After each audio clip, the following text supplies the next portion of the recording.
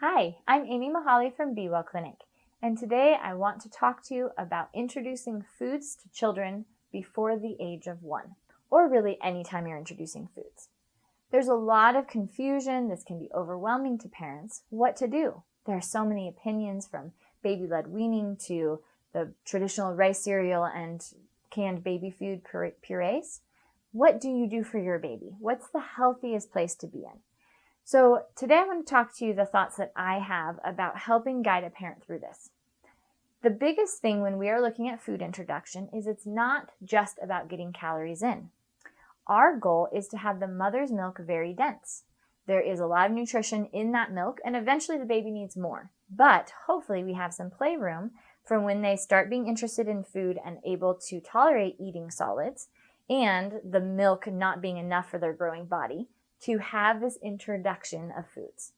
In my opinion, the main goal of that introduction time is actually the experience of foods, experiencing the texture, the taste, the look of it, getting it on their skin, so that if their body needs a certain nutrition, it will crave the food that contains that because they learned what foods contain what nutrition.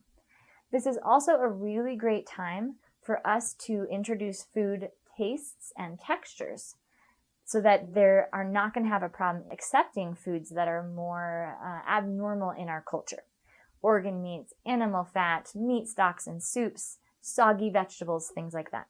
Now, there can be many things that go into why that's a problem. Some children have a hyperactive gag reflex. That's a reflex issue. We have a couple of videos on this channel on the live section. Bonnie and Emily both came and interviewed about their work with primitive reflexes. That's someone to work on. That can also affect texture issues sometimes.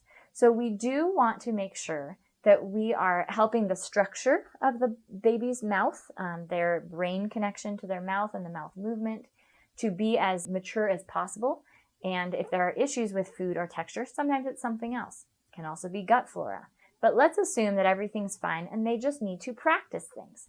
We want to let them practice things. It is not a failure, parent, for your baby to be feeling, touching, squashing, smearing food and none of it get consumed, because their body still got sensory input. It still knows the senses are not just taste or consumption, right? The skin, the smell, all that told the body about that food and what nutrition is in it. When that nutrition is something that is then able to be craved by their body, they can start having a healthier eating pattern, a very healthy eating pattern in their whole future. Because they can say, oh, I need the thing. That thing is in liver. So then the body will crave liver and they will get the signal and eat liver and the body gets what it needs. You get to set this up right now. It's so exciting. I get very passionate about talking about this time. The other thing with that is we do want to introduce nutrient-dense foods. They have little stomachs. They can't handle a lot, so we don't want to fill them up with things that are like grains, which are not really nutritional at all for babies under 2 especially. Fruit, which is very sugary, can mess with their taste buds, and doesn't give a ton of nutrition. We want to give meat and meat stock and animal fat and cooked vegetables and fermented vegetables. Those are all the things we want to focus on. We also want them to be at least sometimes whole pieces. So children, especially ones with reflex issues, we may need to start feeding them in a pureed form before they're ready for the solid form because of nutritional need. They're not growing well, they're not gaining weight enough, things like that. But what we want to do preferentially is give them food in pieces so they see what a carrot looks like. And a raw carrot and a cooked carrot and a piece of carrot, so their brain can associate that's a carrot. We recognize carrots in any form, even pureed. We want to give the baby, your baby's body, the ability to do that.